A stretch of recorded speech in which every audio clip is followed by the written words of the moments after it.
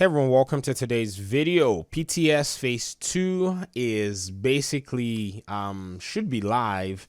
I will not be able to get on until later in the day to do some more testing, but we're going to go through the patch notes and we're going to talk about some really cool stuff that's actually here. I've seen a lot of people saying, have they improved the loot, this. So here are the goals of the PTS Phase 2, and they're hoping to hear some feedback on. So first of all, they're doing some new gear and exotics balance.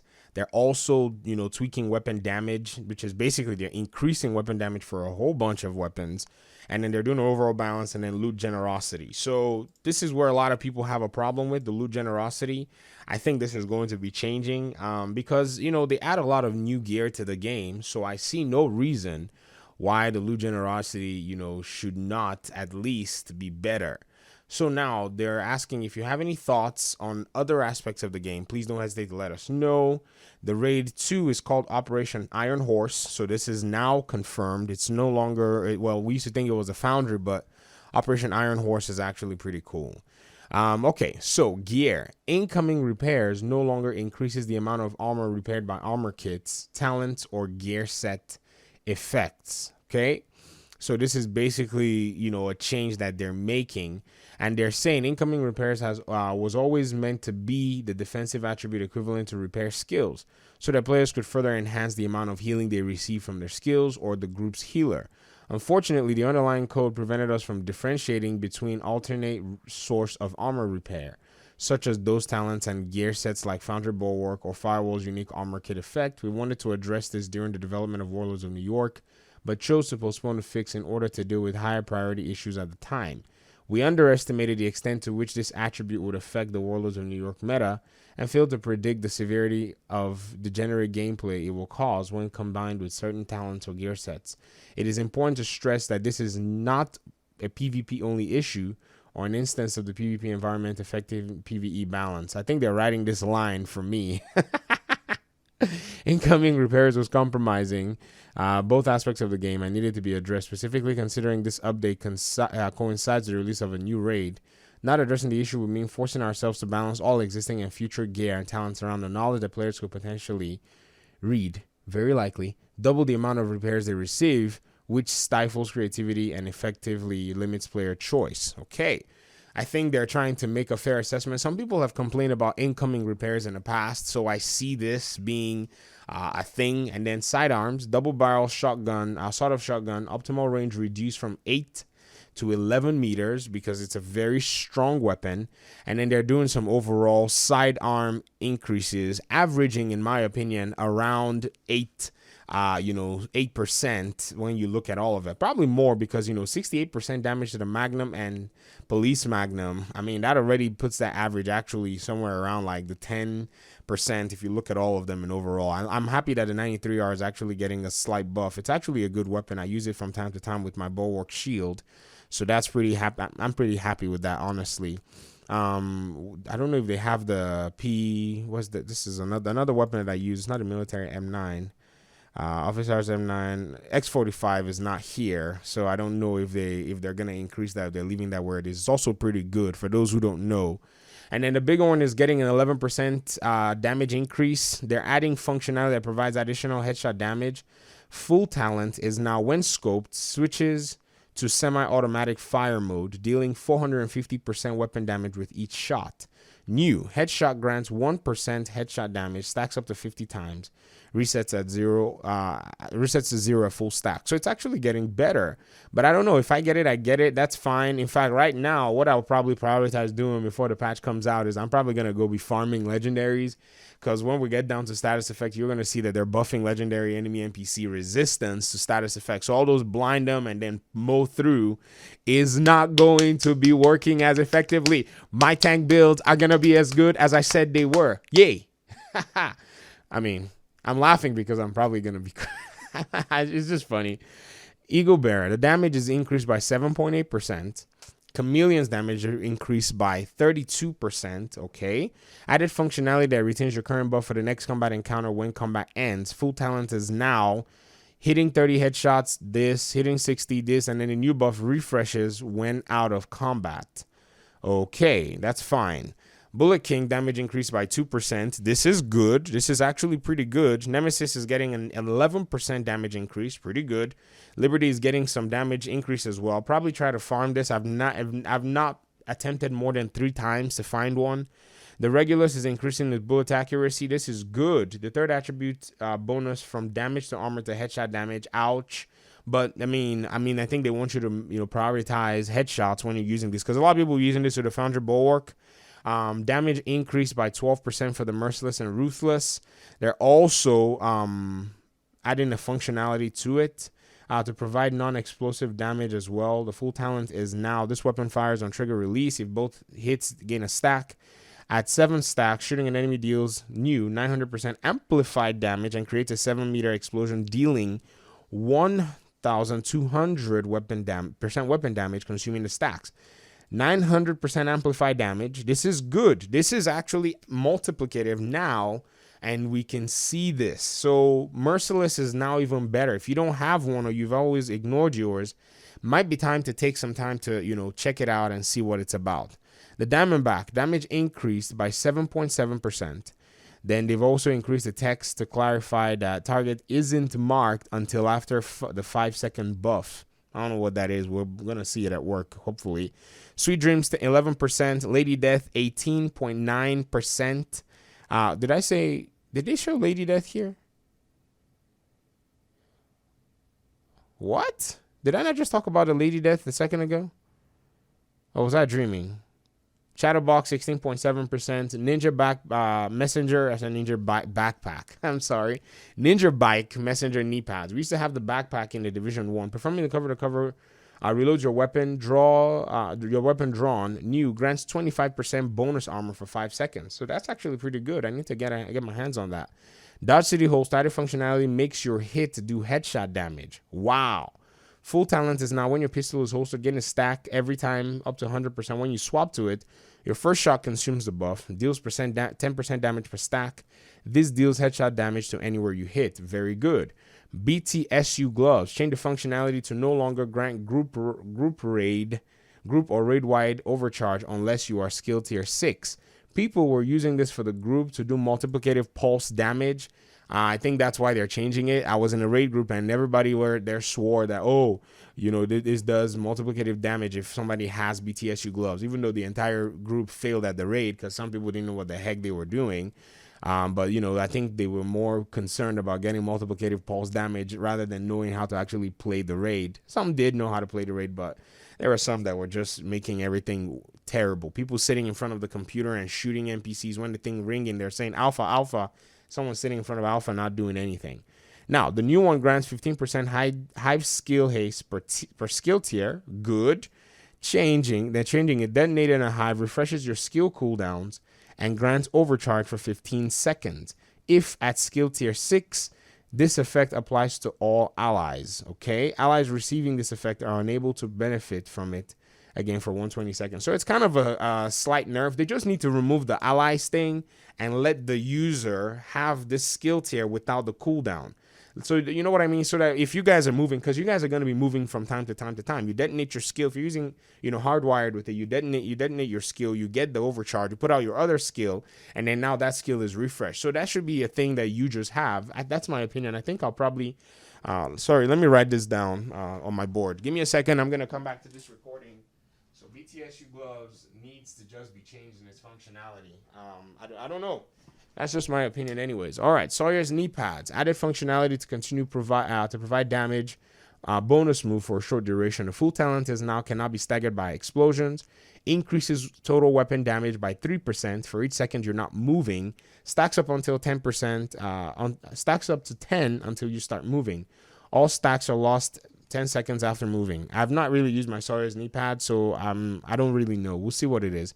Mantis, change third attribute from critical hit chance to damage to targets out of cover. Ravenous, when an enemy with defensive perimeter stacks on them is killed, you now gain the benefit of those stacks without needing to detonate them first. Okay, so it's getting an improvement here. Talents, Headhunter, buff icon shows how close the damage cap you are at. Now properly caps damage to your current weapon when the weapon swaps. So this is this Headhunter talent's actually a new one. Damage is capped at 800% of your weapon damage. I have not tested this talent, so we'll be taking a look at it hopefully. And in Future Perfect, fixed issue when overcharged, lasting indefinitely if you weapon swap. This is intended for the buff to remain when weapon swapping, just not indefinitely. So this Perfect Future talent, this Future Perfect, is, I think, we'll test it. We'll test it when we get into the mechanical. This is one of the new named weapons, so it's actually pretty good. You know, that's basically what it is. I mean, I used it for, what was that build I used it for? I used it for a skill build that I tested, and yes, that weapon swap was, that buff was actually staying indefinitely, and I remember that. So they may have seen my video when I was actually talking about it, and so they're probably tweaking it a little bit. And then the Perfect mechanical animal, the numbers have been adjusted. I have not used this, so we'll see what that is about. Negotiator's Dilemma, damage value transferring between players was not scaled correctly. Previously transferred damage was higher than initial damage the original target took, so it was actually broken is what they're saying. Damage transfers on the initial bullet that marks a new target. Fix some UI feedback bugs. I told people that this thing was not working as intended. They were like, it works in PvE. The UI was not giving good feedback. Some people talking about this did not use it extensively, when I, on the other hand, was in a position, remember the challenge I got to do open world heroics, to do all the, to do the strongholds on heroics. When I went and did them, that's where I realized that there were some discrepancies, and I did them in the course of 2 days. And so when I said that, some people said, oh, see? Now, and I add a 15-meter range cap for the damage transfer whilst in PvP. So they're adding a cap in PvP. Good. PvP needs to receive, they need to do things like this. Healing of Foundry Bulwark in PvP was not scaled correctly, should be in line with damage taken. Okay, so now you're going to have to use your shield. Future Initiative, backpack and chest armor are now have a utility gear mod slot or instead of defensive. Yay, good, because that's actually supposed to be a healer. You can use some more healing aspects like skill haste to be able to get your skill back, your healing back anyways. Increased, so 2-piece repair skills from 15 to 30. Yes, now we're talking about a healer build. This is going to be what makes Reclaimer, in my opinion, come back to the game to a specific extent. Reclaimer is OP, if you ask me. If they bring back Reclaimer to this game, I know PvE players are asking, they're going to nerf it because PvP will not be satisfied that people can heal that powerfully. I guarantee you. I'm not trying to slight PvP players, but it just seems like the PvP game in this, PvP is just always about the cheese, and then, people are going to find problems with it. So we're probably not going to get something like that. We never get anything good in this game. And, some of it you can attribute to PvP. It's just the truth. It's just the truth. I know. Fight me in the comment section. Hardwired. Increase the 3-piece repair skill bonus from 15 to 30%. Now, I wonder why, Hardwire has a skill repair, and now Future Initiative also has a skill repair. I think Future Initiative will only have the skill duration, but then Future Initiative has those bonuses for the talent. So that's where you have to choose if you want to go between Hardwire and Future Initiative. But I think they need to make them at least a little unique so that when somebody wants to run them, they have a clear-cut reason to run them. Not just say, well, I'll stick with Hardwire. Because if you're a healer, it seems like Hardwire is slightly better because skill duration, what's that really going to do for you? You could just use your repair skills to mod your Hardwired and you be golden. But we'll test it out to see. Hopefully, there's probably a distinction between both of them that will say Future Initiative is better for healing. And even though Hardwire can heal, you're probably trying to pair Hardwire with something else. But Future Initiative is for a dedicated healer, 2 healing skills out there. Alp Summit, increase 1-piece skill repair from 15 to 20%. Murakami, increase the 2-piece skill repair from, oh my gosh, this is actually going to be good for a non-gear set healer build. Richter and Kaiser, 3-piece skill repair from 15 to 20%. Providence, 1-piece headshot damage from 10 to 15%. Good. Araldi, 2-piece headshot damage from 10 to 15%. Good. Grupo Sombra, increased 3-piece headshot damage bonus from 10 to 15%. Let Chem Launcher, UI has been updated to clarify that the initial heal only affects allies and not the skill user. The functionality has not changed. Okay. Now, PvP balances here, talent efficient. Reduce specialization armor kits bonus from 100% to 50%. So this is going to be what PvP gets. It's still going to remain the same if you're using it in PvE. Thank God. because enemy NPCs now in Legendary, if you're trying to get some, some bonuses, if you're using efficient on your gear, then that should work for you. Many PvE players don't even use the talent much anyways. We used to use it a lot in the raid, I think, to gain the bonus armor kit, but not anymore these days. But maybe, who knows, somebody might be using a versatile. Reduce the amplified weapon damage bonus for SMGs and shotguns from 35% to 25%. Skills, increase striker drone damage by 10%. Yes, maybe that's a good thing. Assault turret damage by 20%. Increase stinger hive damage by 75%. I know they nerfed a lot of these things, but they're taking it up because it wasn't affecting players. And here's my thoughts. If skills are in PvP, they need to be effective. But if they want to remove skills from PvP, they need to create a mode where players don't get to use skills so that people can actually go in there and actually mouth off and pop off, if you understand what I mean. If you think, skills are a crutch for people, then I think they need to make a mode for it. But if not, skills should be powerful. I mean, if everybody's using skills in the dark zone and PvP, some people will learn to build with hazard protection. Hazard protection is readily available, but I've heard people tell me no one runs hazard protection when that's not the case. People do run hazard protection and are able to slap you if you come with that, skill build at them. PvE, developer comments. We've seen players concerned about higher difficulty becoming too easy. Okay. I don't know who complained about this. I didn't. Looking at game data and player strategies, NPC. So basically, I read this before I started. They're going to be increasing the resistance to status effect from enemy NPCs.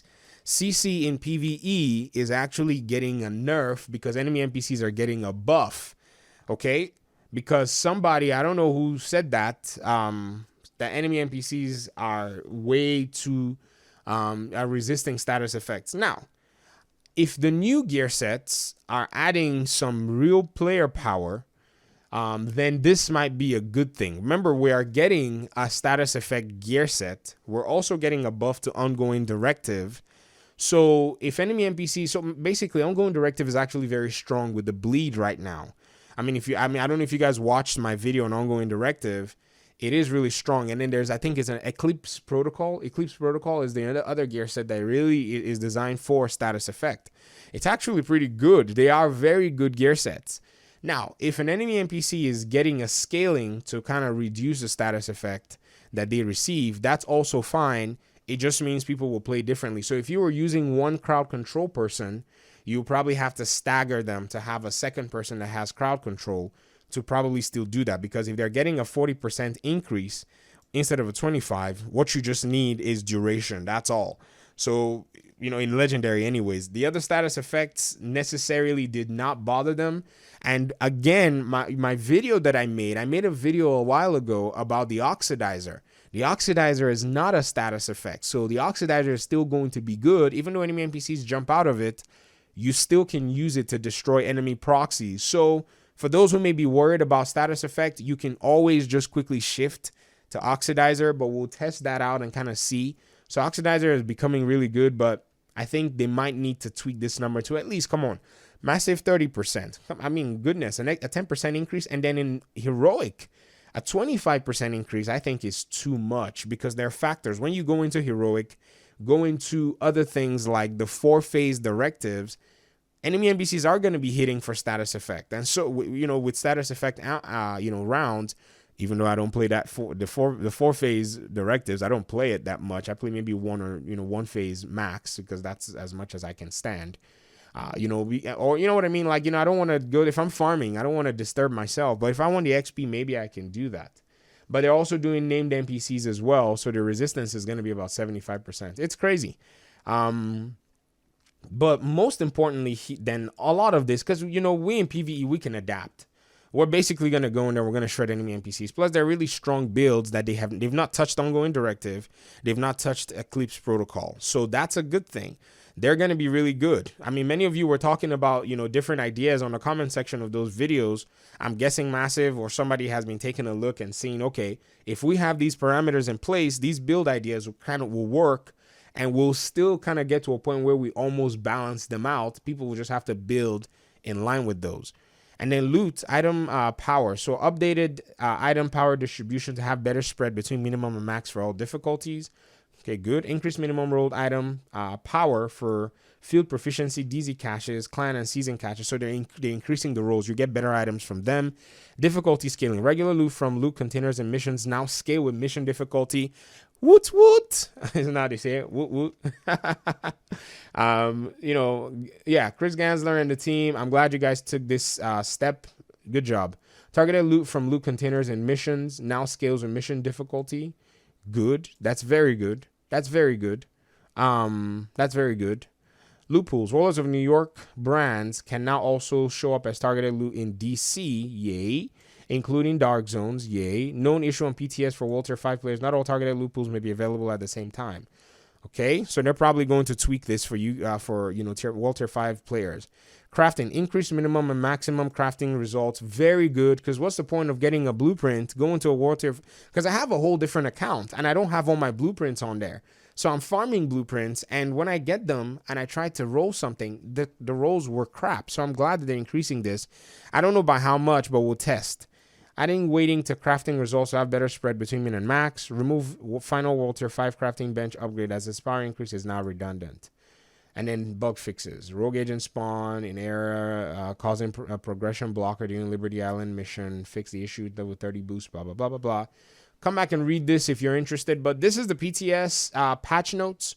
Hopefully we get into some testing. I think what I will probably do with the PTS patch notes is I'll probably just look at how the numbers are in a sequential way. Maybe pop the game open and then do like a long term.